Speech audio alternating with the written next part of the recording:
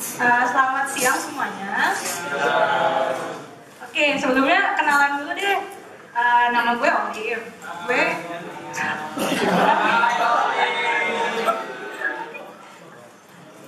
Jadi di sini gue mau cerita-cerita tentang apa aja yang gue lakuin sebagai UX. Sebelumnya disclaimer dulu. Jadi gue adalah UX researcher di Bukalapak. Udah selama 8 bulan kurang lebih. Nah, di sini gue mau cerita dari kacamata UX researcher yang ditempatin di dalam suatu tim-tim kecil. Jadi di Bukalapak itu UX-nya itu ditempatin di satu tim-tim kecil. Tim-tim kecil itu tuh ada tujuan-tujuannya tersendiri. Misalnya ada yang tujuannya khusus untuk buyer, untuk seller. Nah,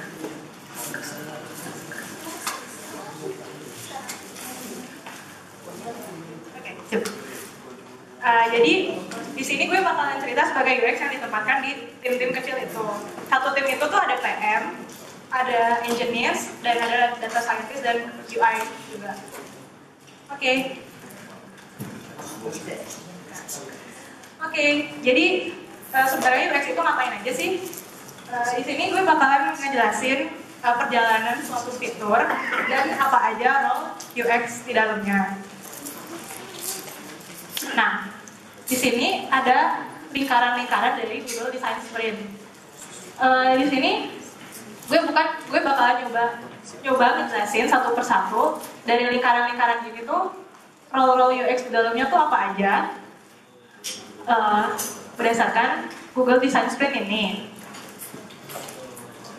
Nah, yang pertama kali UX lakukan adalah biasanya kita itu, karena kita kan UX yang berada di tim-tim kecil gitu kan, kita biasanya dapat request untuk research dari PM kita.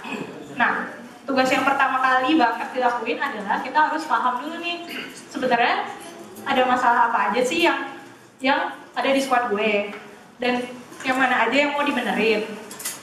Nah, biasanya tahapan understanding ini tuh dilakuin bareng-bareng sama PM, sama data scientist dan data analisnya kita. Jadi kita mau ngelis down dulu nih problem-problem yang ada ini, masalahnya apa aja, dan bagian mana yang mau dibenerin. Biasanya setelah kita udah understanding ini, kita bakalan dapat tujuan riset kita itu apa, terus bagian mana aja yang mau dibenerin, terus metodenya apa, dan target usernya siapa aja. Terus setelah kita udah tahu nih problemnya apa aja nih, misalnya ada problem A di halaman B gitu misalnya. Nah, kita tuh mutusin dulu kita untuk ngebenerin KPI itu Key Performance Index dan Success Metric apa aja. Jadi kalau gue bisa jelasin sih, jadi kira-kira tadi kan ada problem A nih. Kalau A dibenerin, kira-kira yang nentuin kalau dia berhasil di solve itu apa masalah tersebut. Jadi kita biasanya ngelakuin defining ini tuh sama PM juga. Nah, terus yang selanjutnya itu jadi di sini tuh kita bakalan, kan jadi kita udah tahu nih problemnya apa aja, terus apa aja yang membuat problem itu kira-kira di solve itu apa aja. Misalnya tadi ada problem kalau misalnya success metric upload barang di halaman ini tuh turun. Nah, jadi yang membuat itu sukses itu berarti kalau misalnya success metricnya naik gitu. Nah, di halaman di tahapan diverge ini berarti udah masuk yang ke sini, lingkaran yang ini, kita tuh bakalan melakukan satu sesi brainstorming. Jadi bareng-bareng satu squad kita bakalan nyeritain apa aja sih yang kira-kira bakalan yang kira-kira akan works untuk ngebenerin masalah ini. Terus satu squad itu biasanya nyumbang ide, biasanya tuh mereka coret-coret semuanya di kertas, terus nanti kita bakalan ngumpulin semua ide-ide mereka itu tadi. Nah, terus setelah tadi kan ada banyak ide-ide dari satu tim itu kan. Nah, dari ide-ide solusi tadi, kita pilih bareng PM topik mana aja yang bisa dikerjain. Misalnya harusnya kita bikin fitur C untuk benerin problem yang A tadi. Nah, habis itu kan kita udah memutuskan kalau kita bakalan bikin fitur C nih. Nah, di sini itu kita bakalan explore. Jadi ini prototyping ini, jadi kita udah mulai masuk ke mockup-mockupnya nih. Jadi kita explore kira-kira flow yang bagus yang mana ya, supaya bisa yang diterima, yang dimengerti oleh user yang mana ya. Nah, setelah kita udah bikin mockup, terus kita habis itu biasanya prototyping. Nah, biasanya gue prototyping pakai Marvel atau enggak Azure. Kayaknya waktu IMK juga udah sempat belajar juga kan ya? Ya kan? Nah, terus bisa juga pakai Protopy atau Envision. Itu sebenarnya nanti tergantung kebutuhannya aja sih. Nah, terus setelah kita udah prototyping pakai Marvel atau Azure, kita bakalan melakukan usability testing. Usability testing terkait prototype yang tadi. Terus, nah setelah kita testing, biasanya kan testing itu kan nggak sekali kan, biasanya beriterasi sampai kita memilih flow dan desain solusi terbaik yang bisa dibawa ke engineer. Nah, jadi biasanya flow ini juga mencakup kayak error message-nya dan logic gap supaya mempermudah engineer untuk memahami. Dan sebenarnya nggak nyampe sini doang. Jadi biasanya setelah kita udah ngasih requirement ke engineer, flow-nya kayak gimana, biasanya kita juga mengawal engineer sampai sebelum fitur itu rilis. Jadi biasanya setelah fiturnya udah jadi, tinggal rilis dan udah di QA, kita bakalan kita bakalan inspect lagi satu persatu sesuai nggak dengan flow yang kita buat tadi. Nah, oke. Jadi tadi gue dimengerti nggak? Ngerti. Oh ya, gue mau nanya dulu nih. Di sini kira-kira ada yang tahu nggak bedanya UI dan UX itu apa? Coba dong. Coba. Satu aja. Nah, yang baju merah?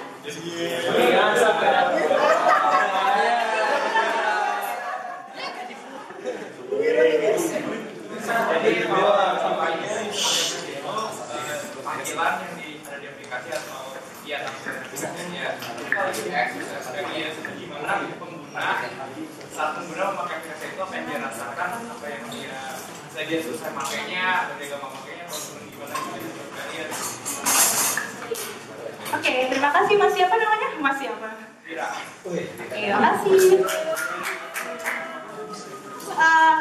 BTW di sini udah pada ada gambaran belum mau daftar, nanti kalau saya udah lulus mau jadi UX researcher atau mau jadi UI designer atau mau jadi interaction designer atau udah pada tahu belum perbedaannya?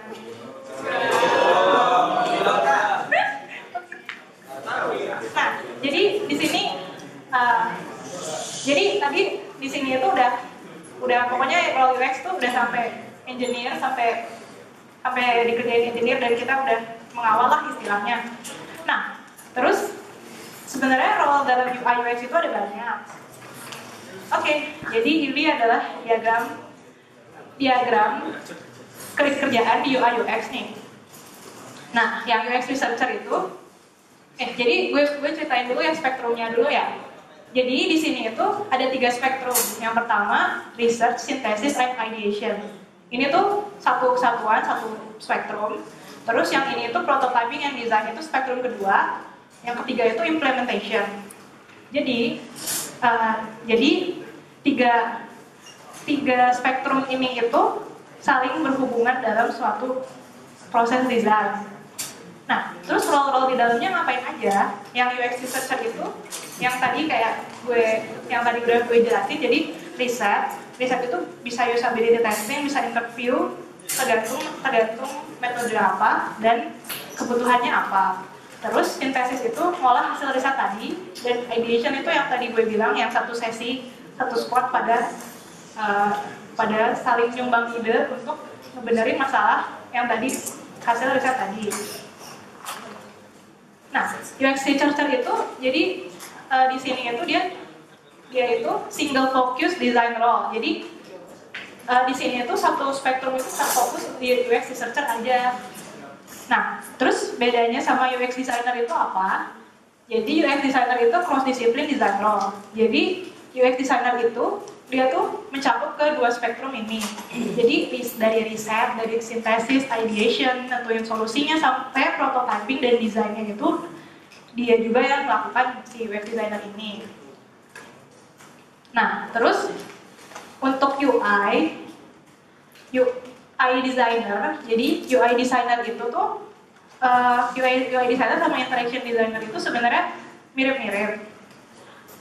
Sebenarnya sedikit abu-abu juga sih perbedaan antara UI designer sama interaction designer. Tapi yang jelas UI designer ini tuh dia itu tugasnya untuk mempixel perfectkan tadi hasil. Tadi kan di sini kan udah ideation, udah nentuin flow terbaik yang mana. Tapi kan itu masih berupa mock-up yang itu kan, yang masih low fidelity, yang masih belum cantiknya lah istilahnya. Nah, UI designer di sini tuh tugasnya itu untuk mempixel perfectkan sesuai dengan guideline yang ada. Nah, kalau interaction designer ini, sebenarnya interaction designer sama UI designer itu masih ada abu-abu juga sih.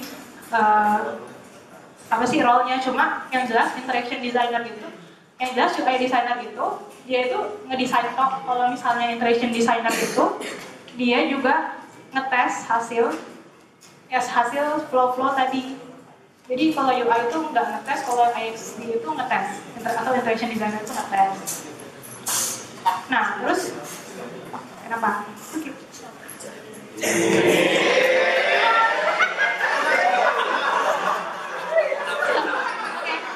Nah, terus habis itu gue ada tambahan dikit nih. Nih, buat kalian yang mau belajar UX, mulainya dari mana? Jadi yang pertama ini don't make meeting. Ini tuh dari Steve Krug. Ini ada di level map nih. Dan kalian bisa minjem ke Pak Firman mungkin atau ke Pak Auzi. Nah, yang kedua Rocket Surgery Made Easy. Ini tuh tentang usability testing. Nah, yang ketiga itu interviewing users. Ini yang nulis Steve Portigal. Ini tuh tentang interview user yang baik dan benar kayak gimana. Terus ada buku lainnya juga. Jadi Hook ini tuh itu tuh buku yang menceritakan gimana suatu aplikasi itu bisa infuse ke dalam suatu keseharian pengguna kayak Instagram. Kayak lu tiap hari nggak bisa ngebuka Instagram kan? Nah, jadi Hook ini tuh dia tuh nyeritain gimana caranya supaya aplikasi itu bisa sampai ke dalam keseharian pengguna. Terus yang selanjutnya ini ada bahasa Indonesianya juga. Jadi ini tuh lebih ke kalau misalnya kalian mau tahu tentang desain, tentang sprint dan lebih selengkapnya bisa baca buku ini. Oke, itu aja sekian. Ada pertanyaan nggak? Ada yang mau bertanya?